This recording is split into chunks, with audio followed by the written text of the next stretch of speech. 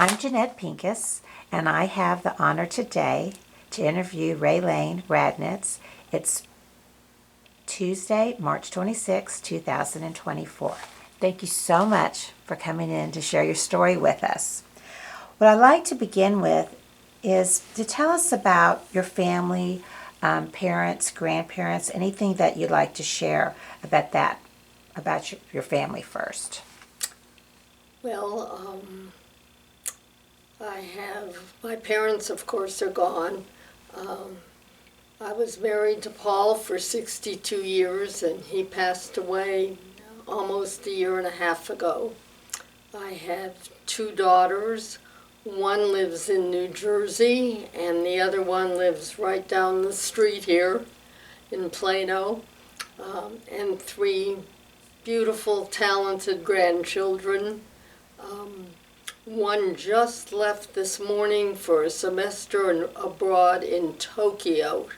She speaks and reads and writes Japanese, which I find mind-boggling.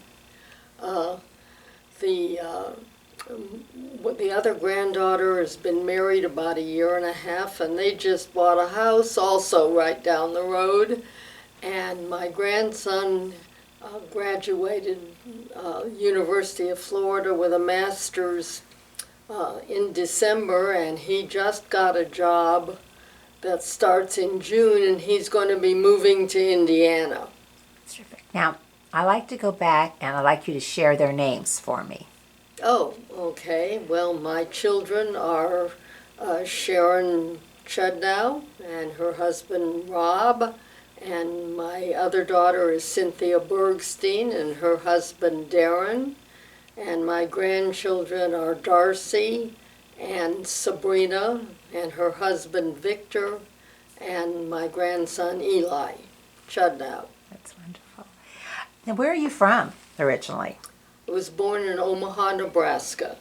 Okay, and what was life like that there, being a Jewish girl? Have no idea. I left when I was 2.5. Okay, and then where'd you move? We lived in Chicago for 5 years, but I grew up in Los Angeles. Okay, and what was your maiden name? Robbins. Okay, so what was life like in L.A.?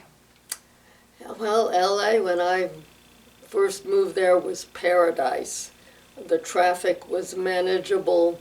The whole San Fernando Valley was orange groves. We used to go for a Sunday drive, and you could smell the orange blossoms. I grew up, I'm an only child, and I grew up in a predominantly Jewish neighborhood for elementary school and junior high. My high school at the time was 98% Jewish. The joke used to be on Rosh Hashanah they had classes in a phone booth. What was social life at that time? Social life, well, it was much different than it is now. I mean, now the young people seem to go from one boyfriend or girlfriend to the next. And it's all or nothing. And when I grew up, I would date one person on Friday night and a different one on Saturday night, or we'd go in a group. I mean, it was different. When, since you were in a prominently Jewish area, were you involved in Jewish youth groups, members of a temple or a synagogue? I was in BBG, and my family was members at Temple Israel of Hollywood, which its claim to fame. One year, Eddie Fisher sang Kol Nidre. I've heard that. That's famous. What did you ever experience any anti-Semitism in LA? Do you think? No, I mean, not that I recall. Okay. I mean, if there probably was, because there usually is, but it's not like it's not like it wasn't like it is now. It's certainly not making headlines, and prosecuting hate crimes and that sort of stuff. You mentioned you were born in Omaha and then moved to Chicago, then LA. Was this the reason why you were moving? Was it business? It was my family. My family moved, and I went with. Mostly. What kind of work did your family do? Pardon me? What kind of work? My father was a mechanical engineer.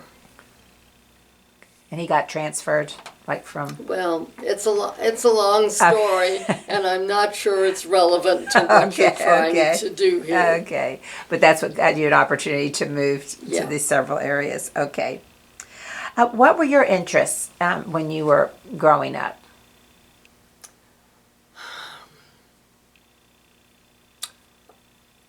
I liked school a lot. BBG, I was active. I was very active in that. It's so long ago. I really don't remember. Did you know pick I up had any interests or things that classes that you took outside of school that you were in? Or? I always sang. Okay. Growing up in choirs or choruses and something like that, and continued that in synagogue choirs until last year I finally couldn't handle it because of my hearing anymore, so I left the choir at Temple Shalom after 50 years.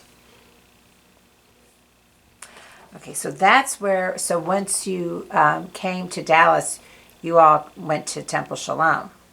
Yes. So were you all one of the beginning starter families of that temple, or almost? No, almost. Yeah. Almost. We joined in 1971, and they didn't have a building at that time.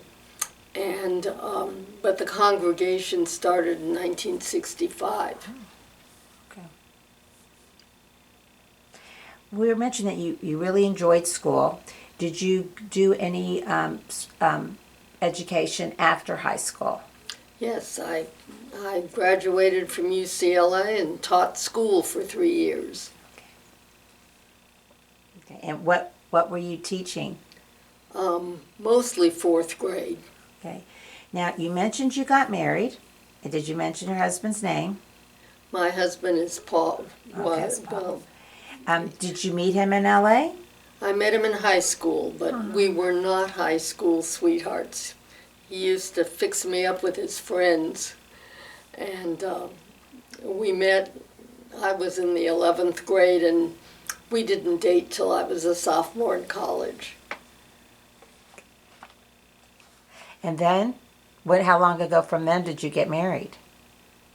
Oh, when I graduated. We got married in August of 1960. Okay. And how'd you end up in getting to Dallas? My husband had family here, and they gave us an opportunity, and so we came. And stayed. And it's been very good to us.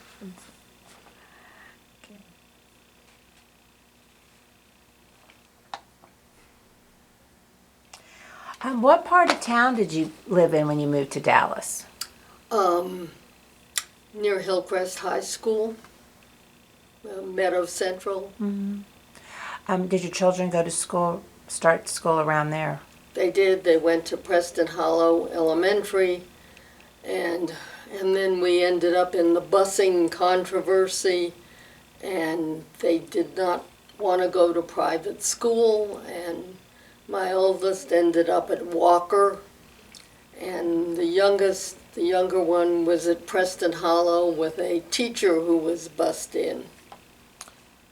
Okay, so that made you move further north. We didn't move further north until the kids were grown. We built a house in 1994. Okay, so they stayed in public schools during that time. They did. Okay.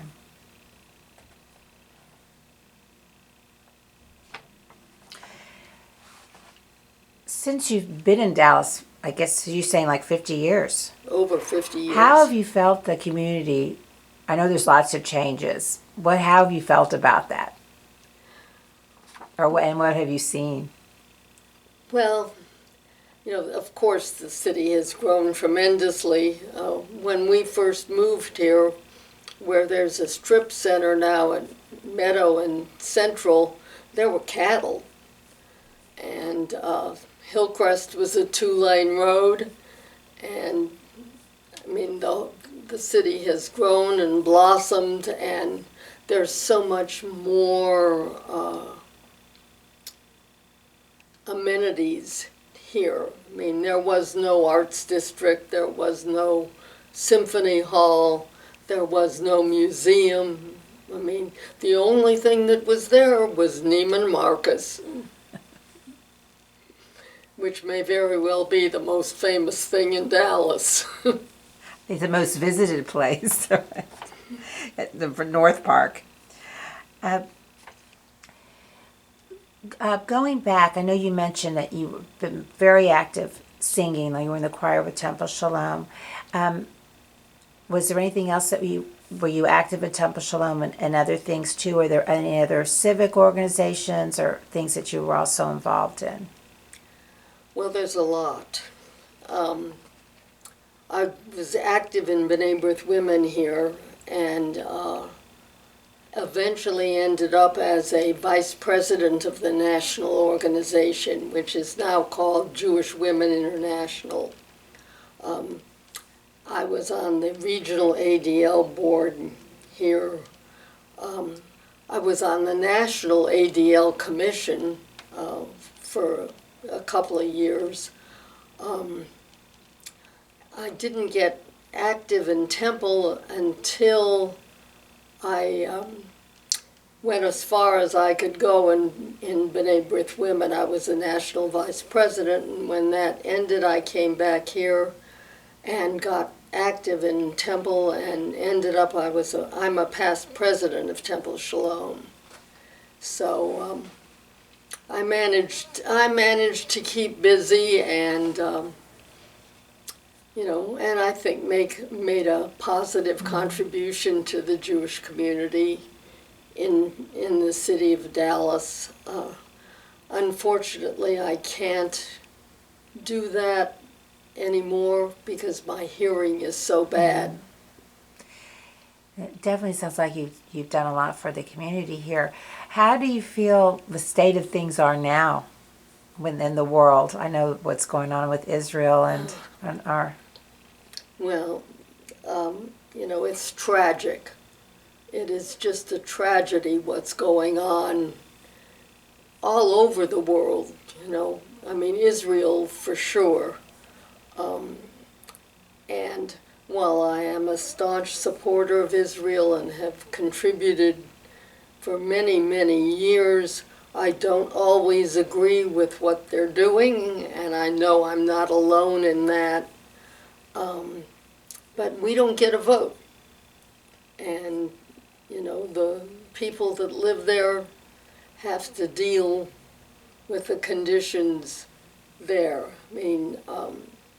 The political system in Israel is complicated, to say the least. I think there's like 28 political parties, and they cobble together whatever they can, and sometimes it works and we like it, and sometimes it doesn't and other people like it. So and the anti-Semitism, it was never as widespread as it is now.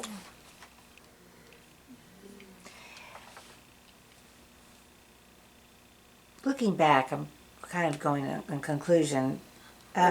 Is there anything you had an opportunity? Definitely you shared leadership that you've done with so many of these great Jewish organizations that are still very active in doing things now. I know you sound like you're very proud. You got to mention your family at the beginning of it. Is there anything that you would like to add to this? Values that you want to share, anything more about your family?